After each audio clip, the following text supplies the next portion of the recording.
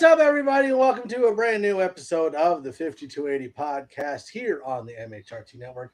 Obviously, you all can tell we upgraded from Cam. We went to we're welcoming back Gage Madrid from Denver Broncos Syndicate and a very good friend of ours, John Cronenberg, from the newly brought in, whatever. We're family now. So something. Yeah.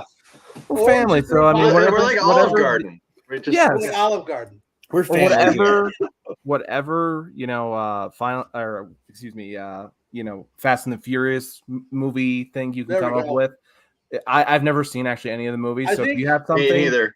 I think Orange and Brew would make Fast 10. I think that's where it's at. You'd be 10, Fast 10. But yeah, we want to welcome both you guys on the show. Appreciate you guys joining. It's always exciting when you guys come. How you guys doing? Doing awesome, man. Yeah, I can't complain. A lot of news happened today, so I'm just very excited about what's going on and very excited to be able to speak about this with you guys today because there's just a lot of news actually to go through. And Cam would say that it would, I see it took two people to replace me. It did take two. There's not a lot of people that can fill in all of the words that Cam says in one. So we have to bring in two people to try to fill in the amount of words. He's in Europe. How dare you? He's in Scotland, I believe, right? Exactly. He's now European. Okay, so obviously before we get into anything football, the big news from yesterday, the Nuggets are in the finals. The Denver Nuggets are in the finals. They are the Western Conference champions, beating the Los Angeles Lakers in a sweep of all things. But yet you still hear all the narratives. Oh, well, the Lakers were fantastic in losing sweep. They're the best looking swept team in history. I think people were saying that one of the ESPN commentators said, after an amazing, phenomenal, record-breaking first half by LeBron James, he did the most great work. And I'm just thinking, what about the second half? Let's talk about what actually happened and how the game finished. And so many people were focused on the first half and how great the Lakers did. It just felt like let's finish the whole narrative. Let's get to the end of the game and talk about what happened. Man, as a casual observer of the game of basketball, this is the first year that I feel like I'm getting emotionally invested in the game and watching the media narratives as someone who's been somewhat of an outside observer for the past few years and hearing all these media narratives about LeBron James. And then for the first time, actually watching LeBron James play, a lot of these media narratives out there don't make a lot of sense to me after watching him play. Yeah. Let's just be honest. He's a wicked talented player, but he flops. He draws a lot of fouls that should not be called, quite frankly. Again, I am very ignorant to the game of basketball to an extent, not nearly as much as I am an in-depth fan of the game of football, but still, man, what I've seen from LeBron James has been underwhelming in this past series. And I saw a meme. It was like the Lakers went 4-0 in moral victories in this series. I have to admit, I heard some fireworks going off, so that was fun where I was at, just hearing some people around, honking their horn kind of right as it ended. That's a little bit fun for me. I mean, obviously people are waiting for the NBA finals to, really go a little bit crazier. But my sister said in her apartment, she heard a lot of noise starting to happen right after the game. So to be in Colorado and kind of experience it that way, that always just makes it a little bit more to that next level where you really feel it in the community, start seeing some people wearing jerseys just all the time now. So that's really exciting for me when I'm seeing the community get really excited and you can talk to anyone about it now. You can just go up to anyone and strike a conversation. So are we? Plus, they're a likable team. It's they're an unselfish group. When you look at Jokic, and he won't even score a point for this long stretch of time, and it's not because he's missing and shooting; it's because he's going with the hot hand, and it's very rare for a superstar to act that way. And I do have to say, it's extremely frustrating to hear everyone kissing his ass now about he's the best guy on the planet when they pretty much cost him his third MVP in a row. by bad mouthing him and essentially forcing him to just kind of like take a back seat because he just didn't want to be part of a distraction for his team. But this guy is phenomenal. Murray, phenomenal. The role players. I love the coach. I mean, it's just the mascot. Rocky. I mean, it's just, everything is so cool. And the Nuggets stand a really great chance of winning this championship. I mean, Miami's going to be a formidable foe. I'm sure they're going to end up beating the Celtics. Unfortunately, I was hoping for a Nuggets Celtics, but I am really excited. Avatar mentioned he's been a Nuggets fan since '84. I'm right there with you, man. That's why it was so offensive when Mike said, titled the show "Out with the Old." I thought I was password wasn't going to work today. No, that was one of the things I was going to ask. Was are we thinking it's Heat Nuggets, or do we think it's the Celtics come back and it's Celtics Nuggets? Coming back from 3-0, it has never been done before. Yeah, I don't see it. No.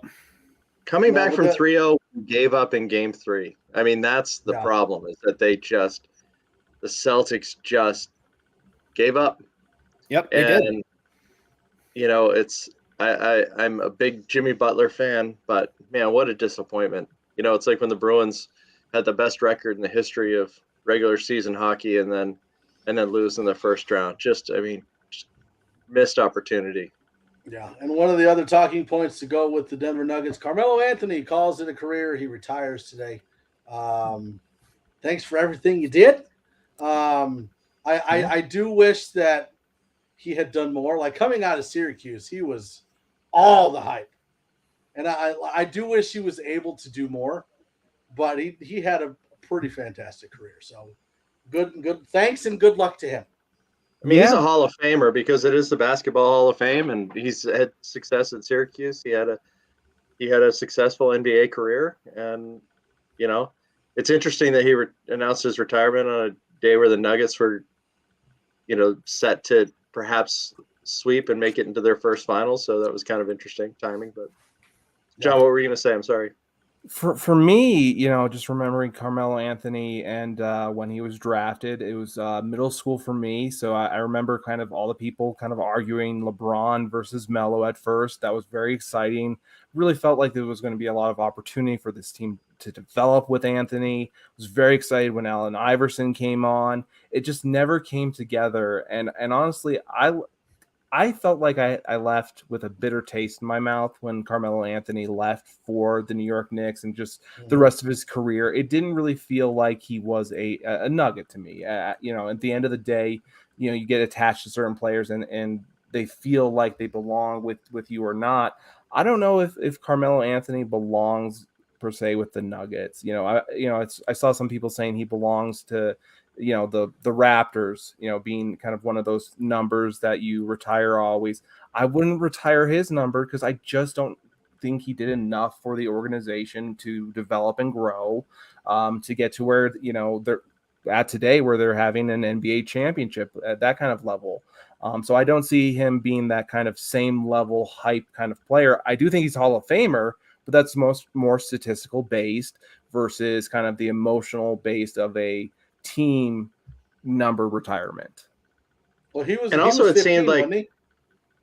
Yeah, he was. He So wore- he's he wore they're not 15. going to retire his number. Like the number's going to retire anyways. It might be with a different last name, but the number will get retired. Yeah. But it felt like at the time he was married to that or dating that Lala woman. They were very big, or she was very big on reality shows. So it was almost inevitable. I think. Yeah, it was almost inevitable that they were going to end up in New York somehow. But you just think of the Detroit Pistons, and they drafted Darko Milicic in this, as the number 2 pick ahead of Carmelo. I mean, it's like Sam Bowie. I'm not comparing Carmelo to Michael Jordan, but it's like the Trailblazers picking Sam Bowie when they had when they missed out on Michael Jordan. So I think it's a great career. Glad it happened here, but again, sayonara. I really do. Sayonara. It's so true. It's like, yeah, you know what? It was good while it happened, but Yeah. but you're right. He's not going to be the guy ever going to be the ambassador. He's not going to be the you see Dan Issel on the shows still and things like that. Those are the guys, the Alex Englishes of the world that people are going to remember. The Fat Levers, even I have more good memories about Marcus Camby, just to be and LaFonso Ellis, right? Things like that. So I have a question. Was there ever a point in time where you'd say Carmelo Anthony was considered the face of Denver sports? Because right now I'd say Joker kind of is. I mean, Russ is to an extent as well, but it's Joker. If we're being honest, Joker is the face of Denver sports. Was there ever a point in time, because I was only 9 years old and I lived elsewhere at the time? When he got drafted, yeah. Because when he got drafted was right around the Brian Greasy, Kyle Orton kind of Denver era. So yeah. He was 2003. He was literally like the only superstar in Denver at that point. Okay, fair enough. So going from that into some football, because we got a lot of football news. The first, we obviously covered a little bit last week, but we never did on this show, the passing of Jim Brown. I personally consider him top 3 running back of all time. And I got a little bit of pushback on that, so I kind of wanted to ask you guys, is Jim Brown a top 3 running back all time or no? Who wants to take this first? I would say absolutely. I mean, I'm old, but not old enough to have seen Jim Brown play. For everything that you've seen, the highlights, the stories, the history, absolutely, he's top 3. I need names of who actually said Jim Brown was not top 3 running back. Well, I'm not going to give you names, but I think there was a very good consensus that Barry Sanders was probably number 1, right? And then there were other people that were like, okay, it's either Jim Brown or it's Adrian Peterson or it's LaDainian Tomlinson or Walter Payton or I think my top 3 would be Jim Brown, Barry Sanders, Walter Payton. Yeah. That's what mine was too. I think Jim Brown is definitely in there with the top 3 running backs. It's hard to argue eras. I think when you're arguing, different eras again, it just is something where you're going to come up with a lot of debates. He's playing 12 games, honestly, in his game. When he was playing Jim Brown, he had different strikes going on for games, wars going on. There's a lot of different things going on. Again, they weren't being paid like NFL pros are today, so they weren't doing the same kind of workouts. They weren't, putting every single day into their football routine. So he had to go do some acting. That's how he really made some of his money. He had a lot of activism. So for me, my parents actually grew up on Jim Brown. They were, Clevelanders. So when they were younger, they had Jim Brown as their running back of choice. Wow. And, it's one of those things where he did so much for the community. And that's not, it's not just, I know he's identified with the Black community now, but he did things for all the different types of communities inside Cleveland. So really, when people say he did a lot of humanitarian acts, he did it for everyone. So that was one thing that I think I just want to get out there. It just wasn't for one group. It was for everyone. And that's one thing I really take home about Jim Brown. And I think, again, going about what he did, how he did it in an era of football where you just didn't see it because you couldn't last that long. If you hurt your knee, you were done. There was no surgery to come back. Yep. Right. So Jim Brown, top 3 easily. I can't. The only argument against it is eras. Yeah. 100%. And he obviously had his off the field issues that have been well documented, and even in the obituaries that have been put out there. But if we're just talking about from a football standpoint and how he ranks, I mean, not only as a running back, when you think about when he was at Syracuse, he was a varsity letterman in 4 sports as a collegiate athlete, including becoming one of the best lacrosse players in the entire country at a time when lacrosse was not a popular sport. So I mean, it's really astounding. I was talking to my dad about it, and he was saying, like at the time, lacrosse was basically in Maryland and in Long Island because of Jim Brown. So it's just it's an amazing sports career, and I just don't see how you could say that he's not top 3 for sure. Yeah. When you combine the accolades on the field, with everything that he did off the field, humanitarian wise, and in the community, and you consider the era that he played in, he's 11th all time in rushing, never missed a game in his career. And like John alluded to earlier, you blew a knee out in that era, you were done. And I mean, even a more minor injury would knock you out for a significant period of time. And now I feel like we take advantage too much of the area of modern medicine in the game of football. And so considering with all of the turmoil that he had to deal with when he played, with the strikes, games getting canceled, that was obviously probably an occurrence way more often back then. And the fact that he's still 11th all time in rushing, I don't know how you couldn't argue that as a top 3 running back of all time. I just don't know how you could argue against that. There's just too much supporting it. Yeah. So we say all that to eventually come to the conclusion of you will be missed. All proper due respect on your name. The NFL would not be the same game as it is now if you had not been here. So condolences to friends, family, teammates of Jim Brown. So moving into a little bit more of what's going on right now, we have some rule changes and some things that the owners have been deciding on. Number one would be the flex scheduling for Thursday Night Football. Now, if I'm understanding it right, there's like 6 games that you can potentially flex, and the rest can't be touched, right? I believe you're correct with that. One bit of information that did come out was that the flex has to be, normally it's a 14-day flex time frame, and now it's a 28-day.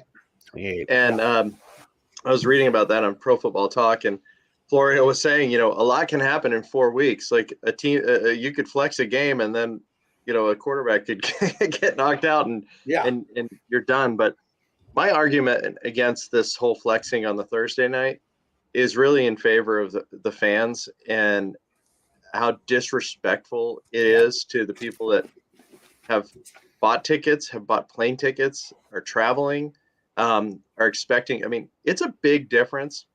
I mean, from a game that you're expecting at 2:00 to be a 6:15 start that same day, than to actually go from a Sunday to a Thursday and expect people. I mean, and it was interesting because I mentioned Florio, but on his radio show this morning, he and Chris Sims were talking about, the NFL is going to benefit from that too, because you're going to then go, if you can't go to these games, you're going to then go to one of the sites and you're going to put your tickets up for sale. And then the NFL is going to get a cut of those ticket sales again. So it's like, it's really, that sucks. I'm disappointed the Broncos, it passed by an exact number. It needed to have 24. It got 24 votes, and the Broncos were one of them. And I'm disappointed that we did that, because I think really there's no point to it. It's an anti-fan, decision, and a complete money grab. And it's to me, it's disappointing. And secondarily, I mean, I didn't even touch on player safety, and if you guys want to go into that, you certainly can. I mean, 100%. Like, you're asking, first of all, a quick turnaround. Thursday night games are something I've never been in favor of. Football is not a sport that you should be playing 4 days apart. It's basically, from what I've heard, almost being equated to being in a car crash every single week. I never played the game. John, I know you did. I don't know if either one of you two played the game, but having to turn around that quickly just in general, and now doing it even 28 days, I feel like is a short notice for that. So this is going to, I feel like, lead to a rise in injuries, in particular soft tissue injuries,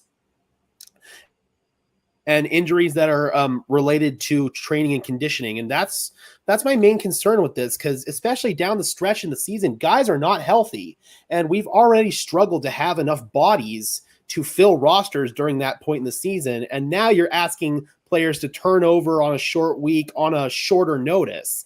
And then obviously there's the fan perspective. Let's say that there's a fan in a completely different state that this point in time in May planned to go travel out to Denver to go see the Broncos play. I'm just going to use the Broncos-Vikings game, even though that's a Sunday night game. I'm just going to use that game as an example.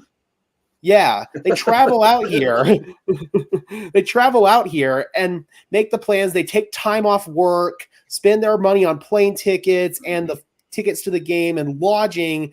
And then even 28 days beforehand, they have to drop all of that. That's just not right. But at the same time, what the NFL wants to care about is the TV revenue and then the resale ticket revenue, as you had alluded to, Glenn. So I don't know, man. I see why they did it, but as a player advocate and a fan of the game, I despise it. So hearing from some players, it sounds like that this kind of turnover would benefit the offense a little bit more, at least in their opinion. Just because offenses, you wear down the defense, you think about it throughout the game. So this would be something that would benefit offenses, they would think. Obviously, more defensive plans have to be a little bit more simple. You're going to just kind of fire out more, kind of go back to your basics. So I have heard that be an argument where it's, if you're an offensive player, you're for it. Defensive players, you're a little bit more against it. I do agree, though, for a fan, though, it is going to be a lot to overcome in terms of just how logistics go. For a team, perfect amount of time to turn around. Easy thing to do. I understand it's a lot to do, but you can make switches very easily. They've done it all the time for games. So, for weather, for example, when a hurricane comes in Florida, for example. So for me, this is just very against the fans. For safety, I'm not as concerned right now. I need to kind of see data with it. But again, if I haven't heard a player complain about it, just say that it's been beneficial. It's more beneficial for the offense. Yeah. Now, as you guys are talking, I was thinking about a point that I have not heard brought up. So traditionally, like the Thursday night games are terrible. And so the NFL is now doing this because they're trying to give Amazon a better game. Right. But could they be bad because the teams had short rest? Like, could that be the reason that the playing and the scoring is not up to par with what you would normally get on a weekend? Because the teams are you're still seeing, every single of the 32 teams is as the schedule stands now is in a Thursday game. So could it be because they really are pretty beat up and it's not conducive for a good performance 3 or 4 days later? I think that it is a interesting kind of subject to bring up, because that's where you kind of rely on maybe your practice squad a little bit more to fill in some holes, and you're really kind of trying to catch up from Sunday and those injuries that do occur every week, no matter what, if it's a Thursday or a Sunday.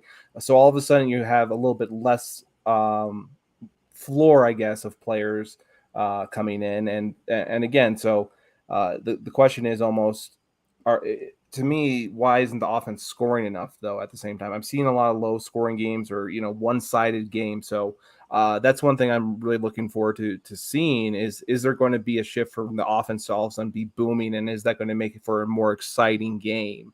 But if that doesn't occur, then I think we're going to be in the same situation where these guys are worn down and they're going to be looking for their bye weeks, essentially. So it's interesting. Definitely hard to think about, because it's been again, for me, it's a short period, but it's been a couple seasons. Right. Well, it'll be interesting to see too if there are going to be any class action lawsuits. I feel like that's going to end up happening. Yeah, some firm is going to come put something together. Well, and kind of going back to talking about the rosters, one of the other changes that was made that kind of goes along with that is they're adding the third active quarterback. So it's an old rule that they got rid of, I think, in like 2011 or something like that. But the team is allowed to have a third quarterback active on the roster without taking a roster spot, which would have been nice a couple years ago. Like, with Kendall Hinton, that would have been appreciated. Yeah. The 49ers are in favor of this, by the way. Oh, yeah. No more CMC as a quarterback as much as we want it to be. But right. I'm all for this. I think we've all been for this. I don't think it's going to change the cap in any significant way that I've heard either. So for me, I'm all for this. There's really, I can't see a downside to this. The only thing is that, you're going to get a better quarterback than you would have in an emergency. So it's better for the NFL for their product. Yeah. And then the last. But Mike, also, the rule does require that the first two quarterbacks have to be injured. So, yes. So it's not like. So it'll be very interesting to see if the second quarterback is really like sucking during the game. Yep. I need you to grab your knee. Yeah, and also there was on there, if one of the quarterbacks is cleared to play again, then that quarterback must immediately be pulled from the game. Yeah. So they're really trying to prevent any fudging of this system, benching players for ineffectiveness, essentially. Right. Now, here's where I want to get clarity on this. So this player would have to be a third quarterback on your 53-man roster, correct? Yes. Okay. That's where a lot of people were asking me this. I was like, I'm pretty certain that's what it is. We're not going to 54 for this. Right. That's what I was very certain of. I was just trying to comb through the legalese of the big statement the NFL had released about it, essentially. So I was just trying to get some further clarity on that. So basically, absolutely. You can take a practice squad quarterback, move him up, and it doesn't count against the game. That's what I thought. I assumed you could go ahead and do, and so go ahead and once you've reached the max amount of opportunities, you can call someone up, do a switch. You have a new quarterback, and that's going to be a little bit of a rotating cast. At least that's I imagine how they'll go about it. And this is where Gage is more professional than I am. Because I said the guy's sucking, and Gage used ineffective. So where this ties into the Broncos, though, do you feel like this would justify them keeping potentially both Ben DiNucci and Jarrett Garantano? Maybe have DiNucci as the emergency guy, and then keep Garantano on the practice squad, perhaps, and justify keeping 4 quarterbacks in the building? Because I know Sean Payton historically likes to keep 3 to 4 quarterbacks in some capacity on his roster over the past few years in New Orleans.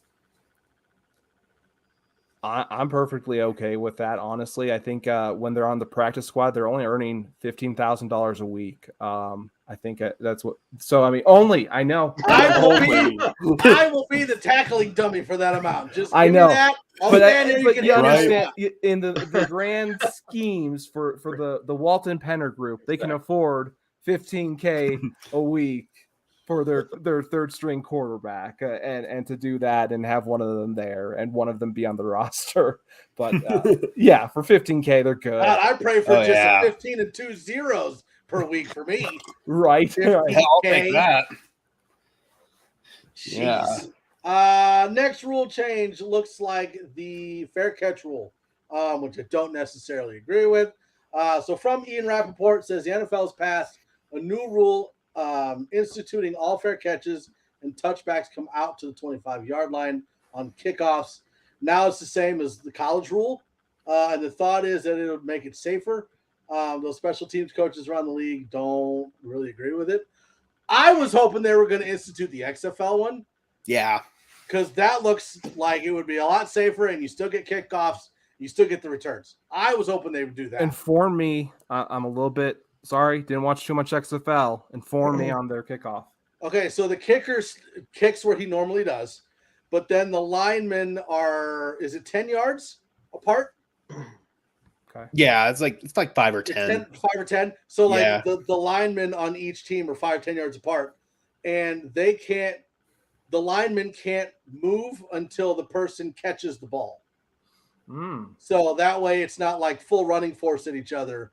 It's 5 yards and then you're blocking and trying to tackle. I thought that would have been fun. And I believe they're lined up all the way down at the opponent 25, as opposed to being backed up at the 35 from where the kickoff line is. So it's pretty interesting. Yeah, 100%. And it led to a lot of explosive returns, and it also led to plenty of tackles behind the line too. So it led for a perfect mix of special teams play, and that's what I feel like we as fans want, and what the NFL wants as well.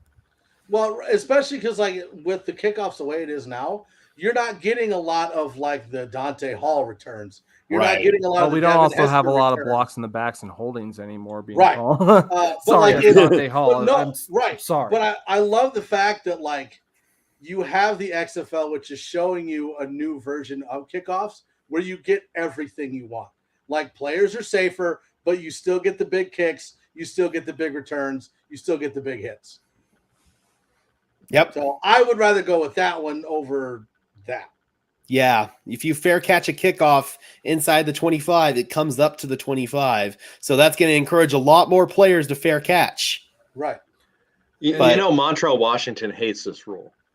Well, I mean, that's his bread and butter. So I agree with you 100% though, actually, on that point, because some players are only brought into this league to be kick returners and punt returners. And if you're telling me I can go ahead and have a guy at any distance, just make sure he can secure the ball, fair catch it, he's good. We're at the 25. We know where we're going. We can go with script our plays, compared to holding a guy on your roster for potential fumbles, all those potential different things going wrong. I just think it makes so much more sense to just do the fair catch. And like you said, as a special teams coach, you're taking all the fun away. You're taking away my specialists away. You're taking away my job almost, essentially, as a special teams coordinator. So, Mike Westhoff, let's hear your ideas, hopefully, and what you would have done for the vote. Yeah, but just for the sake of checking out, like you really should go check out those XFL kickoffs. Yeah, they're really cool. Yeah, because it has been so long to see honestly a good kick return where it's a clean play, everything's going well. So it's been a long time. Yep. So do you think that this, and I'm jumping ahead, Mike, but of course that's okay.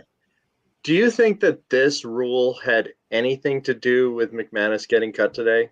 I don't think so, but do you... Go ahead. Go ahead. No, I don't think it did.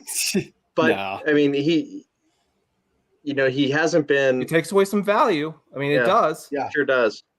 Especially when you're paid that kind of money.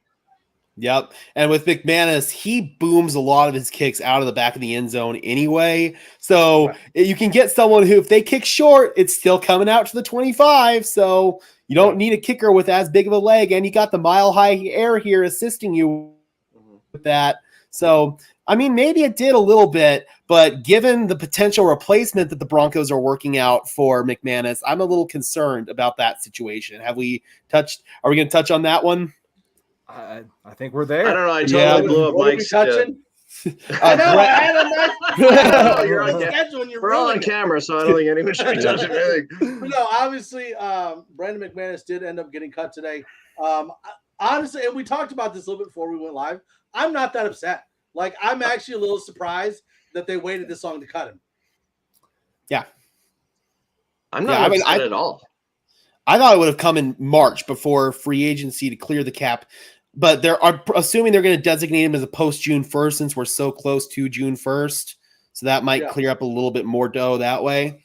Well, and that was one of the things that we talked about before, that like if they designate him post-June 1st cut, then they save $3.75 million in cap space, which would put the Broncos in almost $9 million in cap space. So I guess I understand waiting this long, but I thought he was gone a long time ago. So what do you think kept him on this team for so long? What were the one thing that you felt like coaches, because he went through regime changes and different things like that. What were your thoughts on what made him stay in the end? Was it because you could trust him on kickoffs?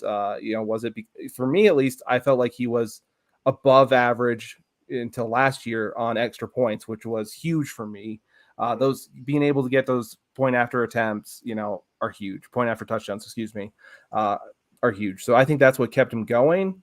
But after last year, he started to miss those, and I think you can get value for someone else very similar with a punting leg, with a strong leg.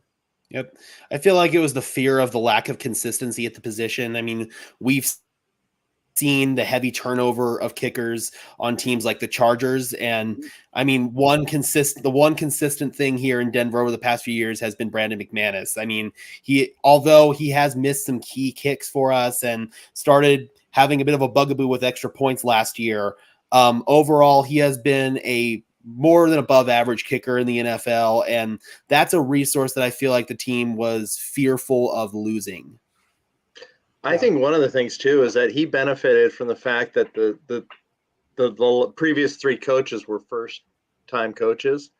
And so that was one of those things that, you just kind of let it ride while you're addressing some of the other things that were going on. That's a good point. But for me, when he lost me when he threw the helmet, he got all pissy, to have him have the ego, I don't know, the not only the ego, but the entitlement. Like, how dare you punt the ball for a 70-yard field goal, you jerk, and then when they would cave, he wouldn't convert. Yeah, he wouldn't convert. And they just kept doing it. The fact, I mean, I truly believe that that last season, and I don't know to what extent it would have been, but I truly believe that the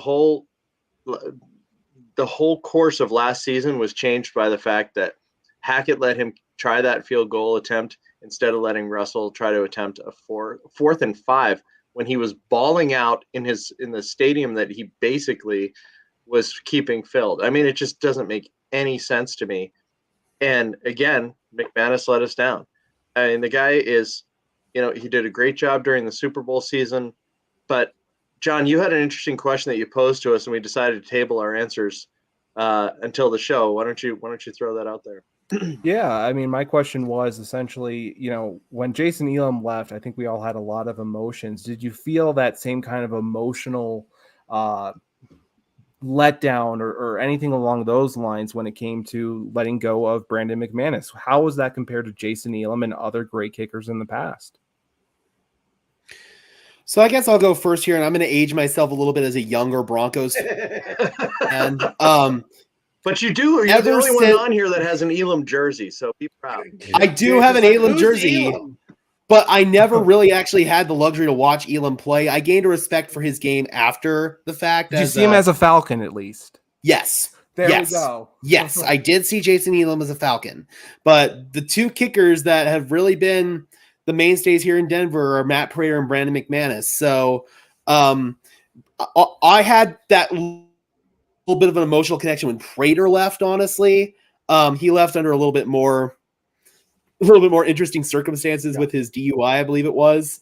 But I had that emotional connection with Prater a lot more than I did with McManus. And I still find myself cheering for Prater.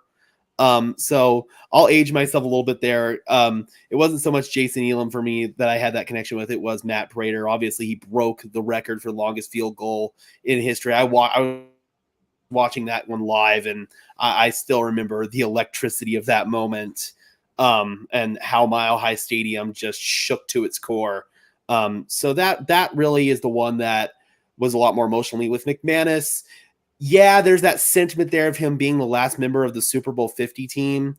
But at the same time, I feel like his departure was long overdue.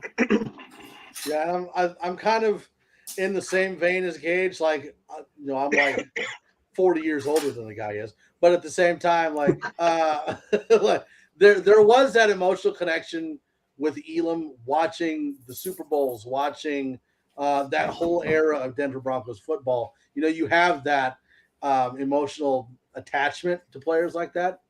But I was more upset when Prater left than when McManus left. I enjoyed it when we thought that McManus could make like a 64, 65, 68 yarder. But then like watching him try and then miss and then still be like, oh, put me out there for another one. I was just done. Like I'd had enough. He was just bugging the crap out of me. So it sucks that the end of his Broncos tenure ended the way it did, with him just gradually falling off. But I wouldn't say that I'm upset that he's gone. No. Oh, I think the thing too is Elam was widely considered just a friendly guy, nice guy, and McManus is more of a prickly guy. I don't know if he got too big for his britches when he started palling around with Von Miller, and he, but like, where do you ever see a kicker, behaving like this? And to Gage's point about Matt Prater, like his departure was based on like a personal problem that he's since addressed. But when you think about all the big kicks that Prater made, especially in the Tim Tebow era, especially when you have Jesus on the Saturday Night Live skit saying, we speak your name. I mean, come on. There's no evidence of Jesus saying, Brandon McManus, we speak. So it's, I have, I was on Twitter and I'm seeing a lot of people like with the crying emojis and things like that. And I'm like, it's about time. Long overdue. Yeah. For me, Elam was the epitome of a special kicker. For me, that's when I was at Dove Valley with my mother or my father, usually my mother, to be honest. And that's when it wasn't crowded. That's when you could get to players and interact with them, and they would notice you a little bit. So my mom would always scream, Jason or, Elam, something like that. And he would wave to us. So you're talking about how he was charismatic. That really stood out to me. He was the GOAT to me, honestly. He kicked that 63-yard field goal, 63 and a half yard. I'll admit that. So he did so he technically did beat it. Even though Prater did get that later. But again, for me, emotionally, I was connected with Elam. I know a lot of people were connected as well, where, again, he came up to you. He cared. He wanted to say hello. He spent extra time if your kids were there, he would spend time with them. I mean, that was just the extra mile for me. So maybe it is just memories going with that. But, when it came to Prater as well, I had a lot of good memories, a lot of trust in him as a football player. But like you said, there were some issues, and he did get help. I'm glad Detroit gave him the opportunity to get help while being able to continue in the NFL. But, I knew a bartender who had to deal with Prater, and it was time to get him out of Denver into a better environment. So personally, I think that was a good move by everybody, and I'm very happy about that. And McManus, to me, again, it was time. Money saving, it just leads to a lot of good things going ahead for the Broncos in terms of their salary, and hopefully, again, it doesn't hurt them in terms of their emotional chemistry as a team. I know that can be a factor, but for me, just Elam has that impact, and the rest of these guys just don't. Maybe it's my age, but for me, and I'd love to see what people put in the chat. If you were to pick your kicker, your ride and die kicker for the Broncos. Who is it? Who do you cry for? Who would you cry for? Marquette King. No, I'm just kidding. So do you guys? So do we save? So the money that we're amassing, with these other moves that we've made, do we save that for a rainy day, or are they planning? Or do you think they're planning on spending on somebody? You have to think they're planning on making some sort of move, right? There's got to be, like, with that much cap space that they're making. You have to think that they're making some room for somebody. I don't know. It's Kareem Hunt. I have no idea. No, they're not. They don't need to. They don't need to create money to get Kareem Hunt at this point. No, they could almost get him for almost nothing at this point.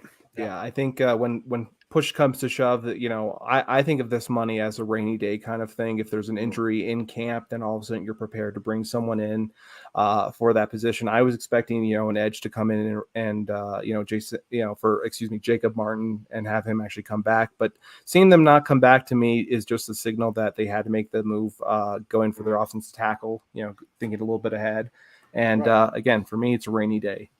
Well, yeah, and you would think that they would use that cap space on maybe a guard or a tackle or a center, but they did bring back Cam Fleming. So Obviously, tackle might not be. I don't know. Maybe they're just leaving it there just in case. But they did bring back Cam Fleming at tackle. And before we talk about Cam, Mike, dude, I don't believe we actually restructured anybody's contract this offseason to free up even more money. Is that an accurate remembrance of it? So technically, it wasn't a restructure, but Kareem Jackson, like the new contract they gave him, saved them money from what they would have paid. Okay, right, but nobody, like, we didn't change any money from Cortland Sutton's contract to anything. I don't think we did, right? Okay, nope. I think think about that. So now if we have other injuries, we have those abilities to ask people to change up their deals and get some money up front versus. Shoot. If all else fails, just have Walton pay him under the table. Here's some cash. Yeah. Here's some stock. Enjoy your day. But hey, I'm very excited to bring back Fleming, to be honest. To me, he did everything you could have asked for the last couple of years he's been here. He has done, he's played right tackle, and he has done a solid job where he's almost been the best player on the line in terms of consistency, holding up his end, allowing a tight end to not have to chip in and be on the left side to help, let's say, Quinn Bailey, who I personally like, but I'll say that for another time. But again, he also played left tackle. So we have a guy here who can swing to both sides. He's cheap enough. He came in at a deal of $4 million at most. So we don't even know what his base is. So this is a very team-friendly deal. And I think he's coming into a culture where, the locker room needs some stability. So let's have some guys that have been here before and can connect. And let's build this roster up and have some chemistry with this team on the offensive side as well, though. So for me, that's just bringing back other guys that can really give you flexibility if that injury occurs. John is the official offensive line stand of the MHRT network by far. Yeah, who was the right tackle that was after Elijah Wilkinson but before Cam Fleming? Juwan. No, it was after that. He was only here for 1 year. Are you talking about the Chiefs one? No, not the Chiefs one. No, he played right tackle. DeMar Dotson. He played for the Raiders. There we Dotson. go. Yeah. Is Fleming better than Dotson? Yeah, I would definitely. Because I never had a problem with Dotson playing right tackle. I mean, again, Dotson, he really never got much of a chance. I felt more comfortable with Bobby Massey than Dotson personally when that had occurred. But again, with Fleming, I think after seeing him in the past couple of years, I see a guy who can get after that. His kick step is very quick. He's getting back there to be with those edges in stride, and there's nothing more I can ask for a guy than that, honestly, to keep his hands going. He's getting his hands on these guys first. He is just honestly doing the from last year. I really do think he was the best lineman at the end of the year with all the injuries. So I think you're getting a cheap deal here, and there's no risk, honestly, here. I see no risk. It's funny that you mentioned Massey, and is that I was convinced they were going to bring him back last year. Yeah. Especially since he had moved his family to Colorado prior to becoming a Bronco. So he was fully invested in the state, fully there, and they probably could have gotten him at that point for a little less money. And I thought he had done a nice job that the year that he did play, but his wife went on Twitter and said that he wanted to come back, but they were not interested. Yep. Oh, that's a shame. I mean, but Fleming, John, that's an interesting comment you had about him perhaps being the best lineman by the end of the year. I mean, Gage, what do you think of that? I honestly kind of agree with John on this. I mean, it's just in terms of a level of consistency, because with Quinn Miners, there was injuries. Obviously, Garrett Bowles had the season-ending injury. Dalton Reisner had his issues picking up stunts, had his issues in pass protection. But just in terms of consistency, both in pass protection and as a run blocker, I couldn't agree more with John, man. Cam Fleming held his own last year, and he was rock solid. And I'm saying that as someone who was not a big fan of Cam Fleming in 2021, but in 2022, I could not be more than impressed with his play as a swing tackle. And I feel like he's such a valuable asset for this team, considering that offensive line is such a volatile position where we're probably going to have some injuries. Mike McGlinchey's had some injury concerns in San Francisco previously. Garrett Bowles Not sure what's going on with him and his ankle situation, so we really need some reinforcements at swing tackle, and Cam Fleming can do a more than rock solid job at that. Now, was it Schlereth that was talking about Quinn Miners? Yes, I made a video on that. Yeah, so Schlereth said something about not having full confidence in Quinn Miners. Is that what it was? Yeah, he said he wasn't 100% sold on him and said that he just needs to hone in on his technique and be more consistent with his technique. John, I'm curious your thoughts on this as someone who's a little bit more a little bit more knowledgeable on the advanced technique of offensive line play. I would agree with Mark Schlereth, honestly, there. I don't normally agree with Schlereth, so this is very strange for me. This is the first time hearing of it, but I think Quinn Miners is very good at what he's accustomed to doing, and that is kind of being a bowling ball, throwing himself into the pile, pushing the pile, but he does need to get better at those, again, solid technique plays where he can go ahead and hold a guy up, single, on his own in isolation, compared to, again, Fleming, in my opinion, I was going to say, raised Quinn Miners' ability for me. And that's one reason why I think Fleming is such a valuable player, is he raised players around him to be better. And that's what I think with the line play, out of 5 guys, you want everyone to help lift each other up to that greater level. Let's say they're all not great players, but together as a unit they can be. I think that's something you can get with Fleming. And when it comes to Miners, I think having some other guys that are a little bit more technical can help assist him with, making sure that there isn't any, as many gaps going on or, holes for the lineman to get through. I really think that then Quinn Miners can go ahead and use his raw ability as he's still developing. Because again, he came from, the Division III Whitewater. Am I correct? Yeah. Right. So it still takes time. I mean, you got to develop into your body. It takes time. And I think it's one of those things where I agree. I just can't. Yeah. Mark Schlereth has more pelts on the wall when it comes to offensive line success than I do, for sure. And me too. I mean, Quinn Miners, to me, I think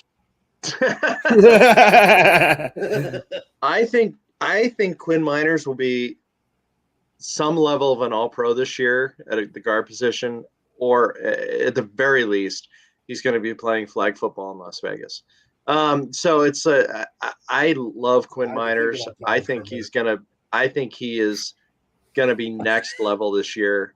I disagree wholeheartedly with Schlereth, and he does work for Hot Take Radio too. So you just never know if he truly believes that. But I guess what was he saying? To what degree is he not technical enough? Is it to the point where he's saying you can't keep him as a starter, or was he saying like, he didn't really elaborate. He just said, I just feel like he wants him to take his game to the next level. That's kind of how he phrased it. I just saw the quote on an article, and I didn't really hear like the tone of voice that he used, the context of the conversation. So that would support that a lot more. Yeah. Because if I agree, he can get to that all-pro level when he gets that technique down. And again, we're talking about players around him to make him better and not have to do so much to push, Javonte Williams an extra 3 yards or push whatever running back to get that first down, when he can work on and focus on what he needs to do instead of worry about his center next to him. He can take that next step. And I think that's a huge part of this is, again, get the people around him okay so he can blossom. Right. And he also had a terrible offensive line coach. And I may be a little bit biased, and I know Mike would agree. We had the opportunity to spend about 25 minutes with him and another person just in a confined area where we got a chance to really visit with him. And this guy is incredibly down to earth and just extremely cool.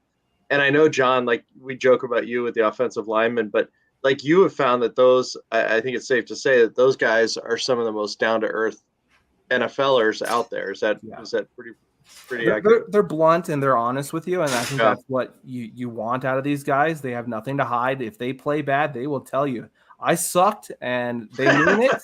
But when they play well, they'll tell you, hey, if they say to me, we beat the Chiefs up front, and it was for other reasons, certain things didn't go right, I believe them that they say they beat the Chiefs up front.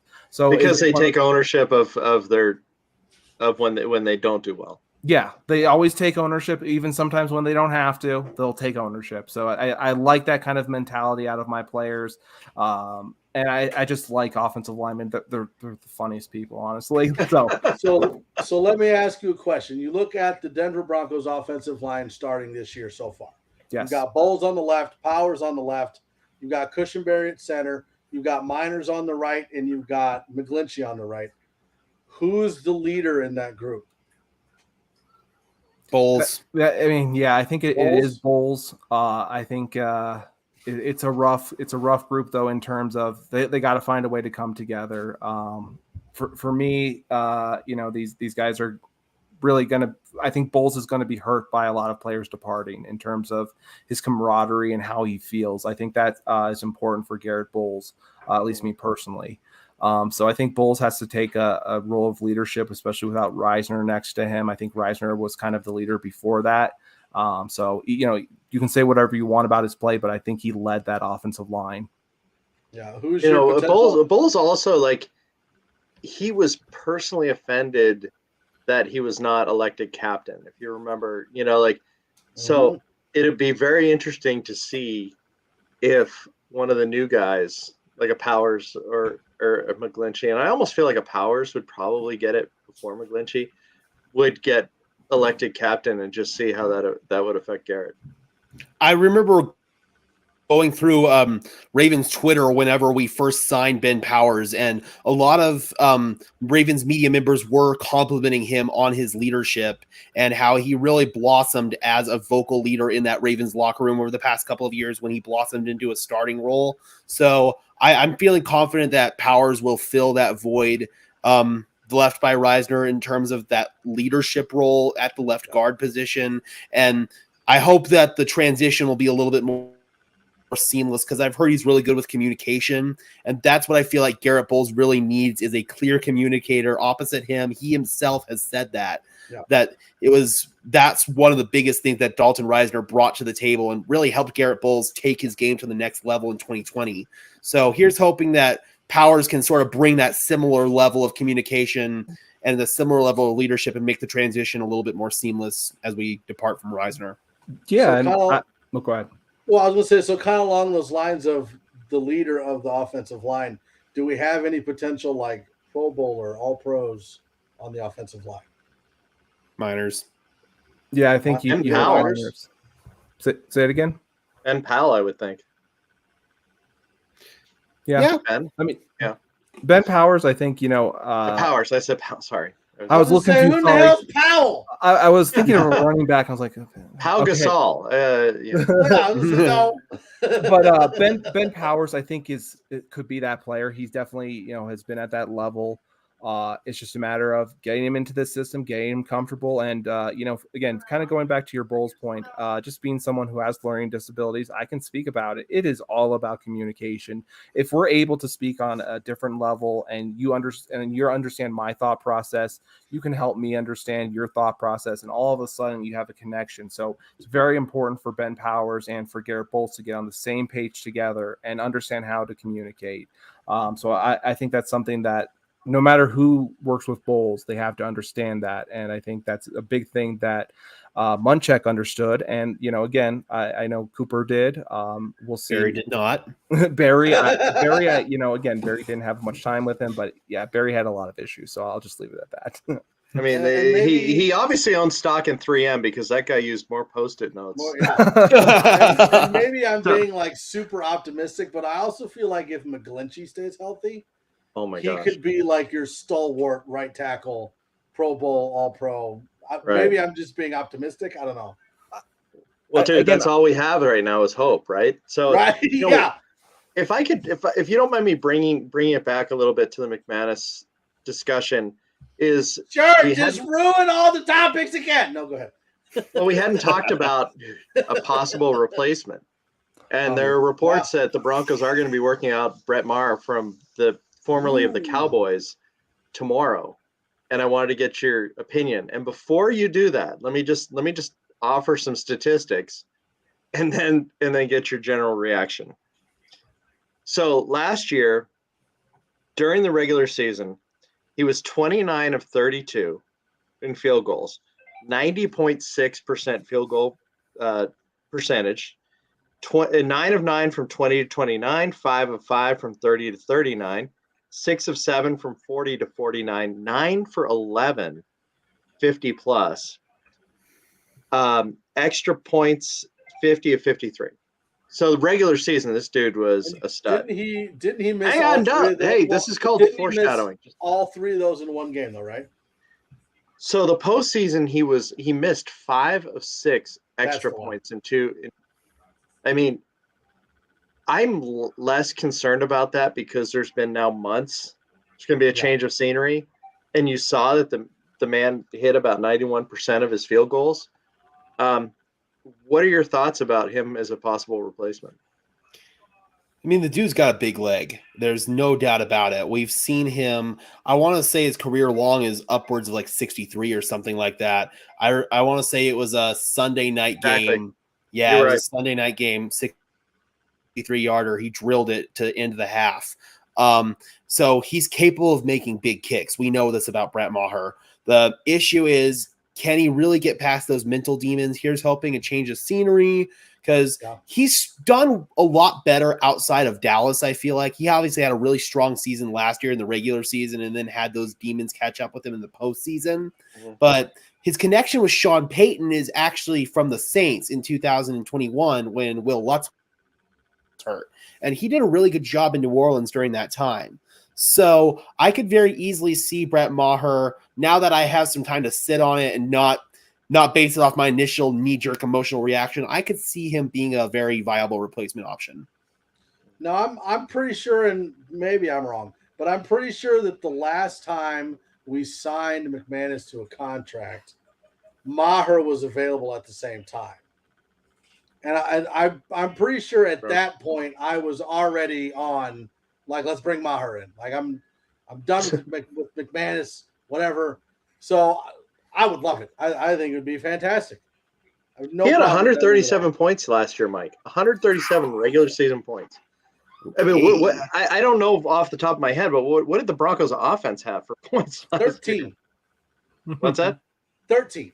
13. I'm going to look that up. We scored 1 point a game. Chat amongst yourselves. Yeah, I think it's one of those things where the playoffs follow players, though. I mean, the one thing is, Tony Romo, great career, everything, all those accolades. What do people remember him for? One play in the playoffs on special teams. I mean, it's true. It's true. So it's one of those things where, at least from the fan perspective, it's going to be the first thing that comes to mind. At least until he gets, a full season in him and he's done it and fans kind of have moved on. The Cowboys will be always chirping, I'm sure, as fan base. But for me, it's one of those things where that will be a way for him to eventually get out of kind of having that bad, bitter taste following him, at least for fans' perspective. But as a kicker himself, I think he can go ahead and do it. I would like some competition, just because who doesn't like competition for kickers and all these players that are trying to make the job, and if you can get someone cheaper. So again, for me, I like what he can do statistically, but I like competition. Well, and another example of your point is the double doink. Was that Parkey? That's Parkey. Yeah, like, is he on a team right now? No. But I mean, remember afterwards, I think he said something that the Bears team didn't like, and everyone's like, we're done. Like, no, but like, he's remembered for the double. Yes, that's what he's remembered for. Yeah. So no, I get it. I saw that in a movie once, by the way. He was watching Pornhub. You brought it up. I'm still looking. So I did have one other question that I especially wanted to ask Gage and John. And Gage, you kind of talked about it in your video I watched earlier today, where the Broncos bring back Vance Joseph as defensive coordinator, right? After being head coach with the Broncos. Are players going to have an issue with that? Are fans going to have an issue with that? Is there going to be any problems with the difference between Vance Joseph as a head coach and Vance Joseph as a defensive coordinator? Is it going to work with Vance Joseph as defensive coordinator, being a former head coach of the Broncos? Well, I think there's always going to be the sector of fans that will take issue with it just because he was a failed head coach here. During his tenure here, he was not well regarded amongst the media and amongst the fan base, because during that time I wore a lot more of my fan cap as opposed to my analyst cap. It's really over the past few years that I've really grown into an analyst more so. And back then, as a fan, Vance Joseph was one of the most hated figures in Denver. So I feel like there's always going to be that sector of the fan base that remembers VJ as that guy, the guy who led the Broncos to their first pair of back-to-back losing seasons since God knows when. And so that's always going to be a factor there. Players is a different. So yeah, with Wade Phillips, I mean, there was a longer period of time between now and then. I mean, Wade came back, what was it, almost 20 years after he was fired as the head coach? 4 since VJ, or 5? Yeah, 5. But yeah, so that's always going to be. But players, I've heard Derek Wolfe talk about this. Vance Joseph was somebody that the players really did resonate with, but the problem really was the front office. We won't drop names here, but I think we all know who we're referring. Yep. I mean, there you go. I was supposed to confident.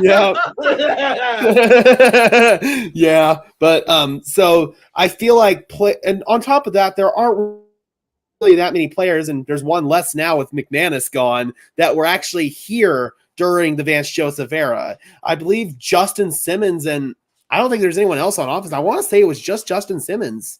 Maybe there could be a couple of other guys, but K-Jack got here first. Nope, he was the first year Fangio. Okay. So there really is not that many people who were still on this roster, when VJ was here previously. So as far as players are concerned, Simmons is really the only big one. He's already spoken out and said that he has really enjoyed seeing Vance Joseph transition in roles from head coach to DC, and he really feels like he sees a rejuvenated VJ and a VJ with a different perspective on things. That's kind of what he alluded to. I believe he spoke with, I want to say it was Chris Thomason of the Gazette. I can't recall exactly who it was. I want to say it was Thomason though, and that's what he alluded to with VJ. Not on defense, but was Sutton there for VJ? Yes. Bowles was. So there were some offensive players. Bowles. Yeah. That's right. Yeah, Bowles had to be there. He was. Yeah, he was drafted in VJ's first year, funny actually. Because doesn't it seem like a lifetime ago that Vance was here? But it does. So I did find the offensive output, 174 points offensively for the Denver Broncos last year. 137 points for Brett Maher. Just saying. Looks like our kicker had 109 versus 137. So, I mean, to me, it's an absolute no-brainer to give this guy a chance. I've heard people talking about Mason Crosby. I mean, that guy. I loved him as a Colorado kicker, but it's been a long time since he kicked in Colorado. He's like 90 years old. So, I mean, literally out with the old. What? He was really struggling with kicks beyond 45 last year. Does Elam want to come back? Too. I mean, that leg was on the last ship with the Falcons, but hey, it'd be fun, wouldn't it? I mean, his Just for Men budget must be like through the roof at this point. That's good. I'm still trying to think of players that were. I think Sutton and Simmons were the only ones, right? And Bowles. Yeah, I think that's it. I think that's it. Yeah. Yep. Yeah, there's been a lot of turnover over the past few years. But so keep trying to go through the roster, see if there's anybody. Riley Dixon. That's another one. A weird way to. Yeah, you're right. Actually, that's a boomerang callback. Damari Crockett. Damari Crockett he's been on that practice squad. He's been on that practice squad forever. Forever, man. Man, that one I can't. We're going way back in the roster. But I have to admit, when it comes, when Big E with Broncos was talking about when it comes to Wade Phillips, I have to be honest. My parents remember him as a head coach, and they're always going to remember him as the head coach that sucked with Elway and had some bad years, and really just was not a favorite in Denver at that time. They enjoyed what he did, kind of seeing him on the sidelines, being a defensive coordinator in a different position, but they're going to remember him as that head coach. So I think for a lot of fans, they're going to remember as the head coach first. And maybe, once you get to that more subtle layer of fans are going to notice, hey, this is with a different group, different regime from the top to the bottom, from ownership all the way to the players. Yep. Mike, you are missing one of the defensive players that you talk the most about. Josie Jewell. He wasn't there for. He was. He was. That's right. He's not that old. He totally was. The two remaining defensive players were Justin Simmons and Josie Jewell. Wow. No way. I thought he was in like year 4. I'm telling you, I'm looking at it right now, dude. Jewell's 2018. Wow.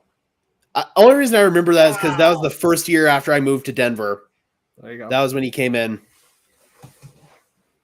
That's insane. I thought he was only on year 3 or 4. No, he's on a second contract. Yeah, no, You're right. I mean, he missed all of 2021, so he kind of lost a year. So, yeah. So he's going. I think this is his 6th season coming up, isn't it? Yeah, year 6, man. Good for him. A lot riding for him this season. Just speaking of Drew Sanders and kind of everything with Alex Singleton, just because I see it in the background, the nice jersey. So he has got a lot to play for, though. Yeah. Josie Jewell. 100%. Glenn, did you look Mike loves his nickname. The Outlaw. No. His MHRT nickname. It's Honey Bear. Honey Bear? Okay, just give us. I need context. He's such a big hitter and like a mean guy, but he's so sweet. There you go. I love it. Honey Bear. Honey Bear. Glenn, did you look at the free agent kickers? I did not. So I know Robbie Gould out there. So Mason Crosby, Ryan Suckup, Robbie Gould, Randy Bullock, Zane Gonzalez. That wouldn't be bad. Yeah. Brett Maher, Quinn Norton, Julian Diaz, Parker White, and Elliot Fry. Prater's out there. Where? Is he really? Yeah. No, he was signed to Arizona. Yeah, I thought. He re-signed. So like Matt Gay went to the Colts, Pinheiro went back to Carolina, Zerline went back to the Jets, Badgley went back to Detroit. Oh, sorry about that. No, it's all good. You gave me hope. You gave me optimism. I think like Mason Crosby's 38 and Robbie Gould's 40. I'm inclined to lean away from those two. And during the season they're going to be up in age. One more. Mm-hmm. I think Brett is 33. I almost want to say like Zane Gonzalez or Brett Maher. Like Zane Gonzalez is 28, Maher's 33. Yep. If I had to pick between those two, I would definitely pick Brett Maher. I feel like he's more consistent, even though he does have consistency issues, and he's got a bigger leg.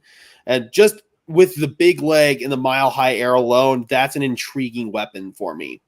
Mm-hmm. Dear God, no. Nope. Not happening, buddy. Honestly, I don't even know if that would do it. To be honest with you, I mean, does Denver need another opera singer? For real? Dear Lord. I don't know, like if that you're right, because the Raven fan base loves Tucker. Like, how do you do that as an owner? Get rid of one of your fans' favorite players, and he's the kicker. So like that would be your Elam type of player, essentially. Yeah. I mean, this dude's a Hall of Famer too. I mean, no doubt about it. Yeah, he could very well pass Vinatieri as the greatest kicker of all time. Like, if he continues just with the longevity that Vinny had, man, right now, Vinny's number one on the list for me, but Justin Tucker could easily pass him at the rate he's going. It'd be nice. Not to mention, I don't appreciate him trolling Russell on the plane last year. So I'm killing this trade. Jeez, man. I mean, Russ just punching bag of the Denver Broncos. Kind of an off the wall question, and I don't want to stir anything or bring anything up. Obviously, we've already not your signed nature. I know, right? Obviously, we've already signed a punter, but Matt Ariza, would he be someone that you would be willing to bring onto the team now that it's been shown that he literally didn't have anything to do with what he got let go for. And I don't want to go into it, but would that be someone that you would consider bringing on to the Broncos as to compete as a punter? I mean, I would at least consider it. I mean, Riley Dixon's being paid pretty good punter money right now, but he went through the legal system. He's unfortunately, due to the court of public opinion, he's always going to kind of have that stain on his name, but he went through the legal system and he was found not to have committed said crime. So I feel like he's a wicked talent. So it would be foolish for the team to at least not do their due diligence. Okay. Right. And it's one thing like for it to be a settlement or things like that. But when they're saying that he wasn't even there. He wasn't even there. The prosecutor came out and said that. Yeah. I mean, this isn't like the number 4 for the Cleveland Browns situation. It's not like that where no idea what you're talking about. Yeah. Yeah. So I would definitely be in favor of that. John, what do you think? I would definitely think about it. I know he was a kicker as well for a period of time at San Diego State University. He wasn't as prolific as he was, when it comes to his punting, to get his nickname, which again we'll avoid for now. So again, I'd like to just see him out, give him a tryout. Let's see what he can do, all aspects with his leg. And again, we have a 90-man roster that you can hold for a very long time. Let's do the due diligence kind of thing. But again, if it's a close competition, I would probably lean towards just Dixon again, due to court of public opinion, which matters for when you're selling tickets and merchandise. 100%. Well, and pardon my French, but he can kick the shit out of some balls. Yeah. Speaking of, this podcast is sponsored by Manscaped. If only. God, I keep waiting. Like, could you imagine me doing a promo for Manscaped? No, I don't. Oh, dude. Never.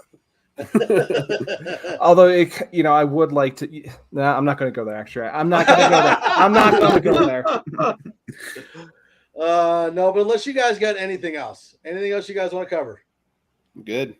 Man, we covered it all. This was fast. Yeah, fast, 80 minutes. I do want to thank you guys so much for joining us. I know I reached out on short notice, but that's because Cam let me know on short notice. The jerk. But I appreciate you guys for joining us. Where can they find you on social media, on your podcast, on your shows? Gage and then John. So Twitter at Gage Madrid NFL, same as you see right below me. YouTube, Denver Broncos Syndicate. We're growing like a weed over there, getting ready to hit 1,700 subscribers. So a huge milestone over there. So that's where you can find me. Yeah, and for me at John K NFL KAY, just underneath me as well. And you can find us on the MHRT network at orange_and_brew. We got some work coming, and I believe we're right around the corner. Can't wait. Oh yeah, it's going to be exciting. And make sure you check out all the other shows on the MHRT network. I think we have 10 now. Damn. I can't even keep track. It's like 10 shows and like 23 hosts or something. I don't know. But yeah, make sure you check out all the shows. We've got shows ranging from the Avalanche to the Broncos. We're going to be doing the live streaming of the Nuggets games for the finals. So make sure you check that out as well. Shows on Monday, Tuesday, Wednesday, Thursday, Friday. So go there and pick whichever one you like. We got many different options, many different personalities. So pick the ones you like and ignore the other ones. I don't care. Do what you like. That's what we're here for. Pick who you like and shun the ones you don't. That's whatever. That's shun the ones you don't like. It's all good. But yeah, make sure you like, subscribe, follow, turn on notifications, and check everything out that's going on in the network. We appreciate you guys, and peace out. Even when you feel low, you can still go. Even when you feel slow, you can still go. Even when there's no hope, you can still go. I never answer to no, man, I still go. Go, go.